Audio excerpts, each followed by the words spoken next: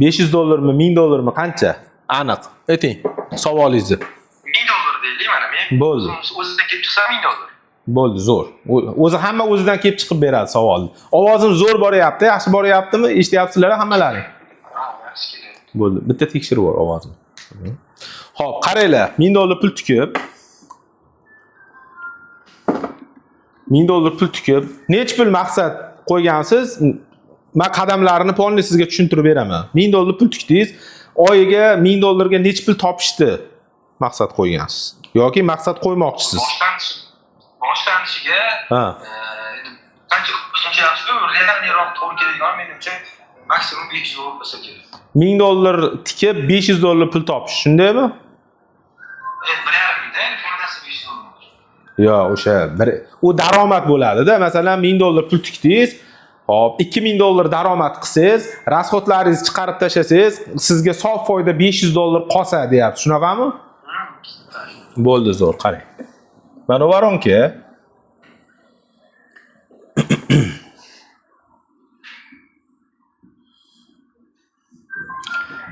Hop, 1000 dollar tovarga pul tikdingiz. Targetga 100 dollar ishlatdingiz. Hop. 100 dollar ishlatgan targetingizdan hop sizga keladi 200 ta SMS deylik. O'rtacha hisobda issiq горячий SMS bo'lmasa 500 ta keladi. O'rtasini olamiz bo'lmasa. 300 ta SMS keldi. Hop, 300 ta SMS dan siz taklif 300 ta SMS dan 50 ta tovar sotdingiz. 40 ta tovar sotdingiz.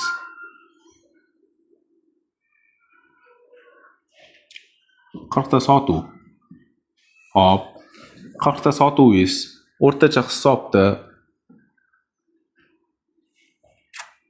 500 mingdan bo'lganda hop. Nech pul bo'ladi 40 tasi 500 mingdan? Hisoblab oringlar. 40 ta sotuv 500 mingdan bo'lsa 20 million bo'ladimi?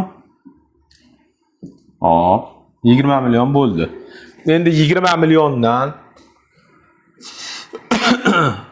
sotuvchiga ayirib tashlaysiz, rasxodingizga ayirib tashlaysiz buni. Keyin o'zini tan narxini chiqarib tashlaysiz, 1000 dollar tikkan pulingizni chiqarib tashlaysiz. Keyin qancha qoladi sizga? Masalan, hop 1100, yana 100 dollar rasxod ubus bilan 1200. Hop, qancha bo'lyapti? 14, 13, 14 million bo'lyaptimi?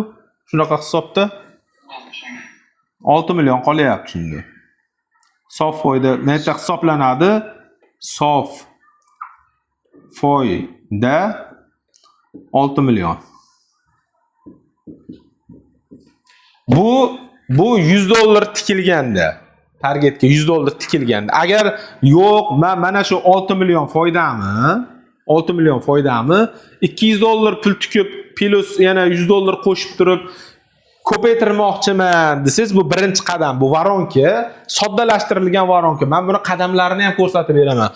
Qanaqa bo'ladi va nechta tovar olib sotadi, qanaqa olib sotadi, uni polni hali ishlash jarayonini ham ko'rsatib beraman. Bu hisob kitobi. Sizga varonkani hisob kitobi. Mana 100 dollar tiqqanda, 300 ta SMS da 40 ta sotib o'qiganda 20 million bo'lganda 6 million sof foyda 500 dollar qoldi degan. Rasxodingizni chiqarib tashlaganingizda, o'zini tan narxi qolganda. Endi buni qanaqa ko'rib chiqamiz desa, 200 dollar pul tiksangiz o'z-o'zidan ko'payadi mana. 200 dollar pul tiksangiz targetga o'z-o'zidan 600 ta, 700 ta bo'lib ketadi SMS. 1000 tagacha ketaveradi. Biz 600 ta deb olamiz. 600 ta SMS mana menga pul qilib qo'yibman. SMS bo'ladi. SMS, keyin sotuv, keyin daromad, keyin sof foyda bo'ladi. Hop, 600 ta SMS. Hozir mana undan kamida 80 ta yoki 90 ta sotuv bo'ladi. 80 ta sotuv. Kamida konversiyaga qaraganda, agar siz hisoblaysiz, statistikangizga kirib chiqasiz, bu taxminan aytilyapti. Bundan ko'p o'zi aslida. 600 ta masalan siz mijozingizdan 80 tadan ko'p sotuv qilishingiz kerak bo'ladi. Men buni hisoblab turgan summam ham juda kam alinaqasida hisoblayapman. Eng o'sha minimalni 400 ming, 500 minglik narsa sotganda.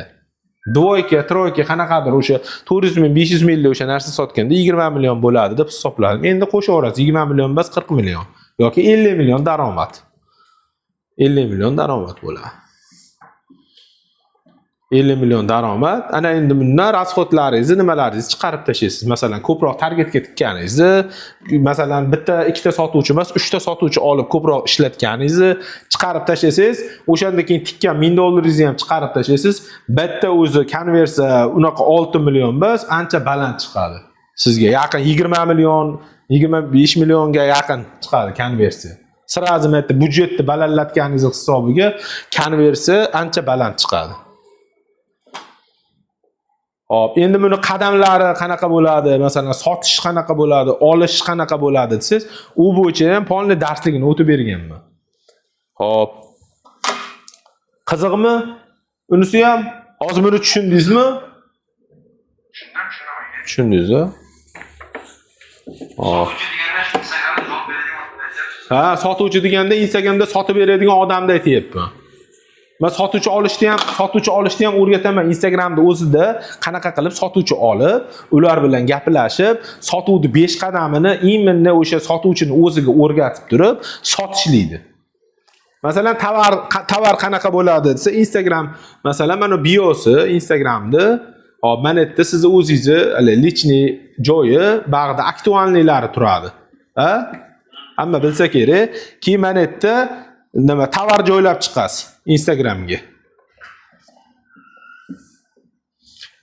Bo'ldi, tushunarli bo'lyapti. Mana shunaqa qilib tovar joylab chiqasiz. Tovarga qanaqa qilasiz? Hozirgi ko'rsatib berganimni mana shunaqa qilib $5 dan target yoqib chiqasiz. Hali joylagan mahsulotingizga $5 dan target yoqib chiqasiz. Bu nimaga desiz, bu xadovoy tovarni topishlik uchun. Biz nima qilamiz xadovoy tovarni topib desa, hozir ko'rsatdim men sizga 40 ta mahsulotni biz sotishligimiz uchun xuddi shunaqa qilib xadovoy tovarni oldin topib olamiz. Bizga o'zi bu nimaga kerak desa, hali hamma mahsulotingizga $100 dan target yoqavermaysiz, slip qilib uchun kerak bizga. Statistikada biz bilishimiz kerak, mana shu xadovoy tovarmi yoki yo'qmi? Odamlarga bu yoqadimi yoki yoqmaydimi? Qanchalik darajada bu o'zi manfaatli yoki manfaatli emas? Shuni bilishlik uchun biz mana shunaqa qilib oldin bilib olamiz, statistikasini tekshiramiz. Men yerda pastda bo'ladi. Statistika men yerda bo'ladi. Men yerda hali yashil yozuv bo'ladi. Prodvigat publikatsiya deb yozilgan bo'ladi. Buni bosib targetga yoqib ketiladi. Uni qadamlarini ham o'tib beraman darsda. Mana shu biz asnovnoy o'sha xadovoy tovarni topib olishlik uchun yoqiladigan summa, mana masalan yoqamiz $20, $30 rasxod qilamiz nimaga? Biz xadovoy tovarni topib olishlik uchun. Xo'p, undan keyinchi desiz, undan keyin hali endi men sizga varonkasini ko'rsatdim.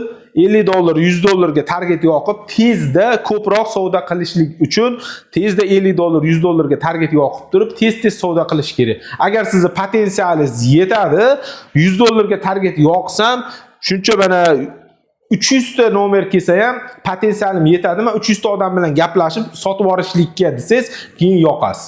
Bo'lmasam yoqmaysiz $100 ga target.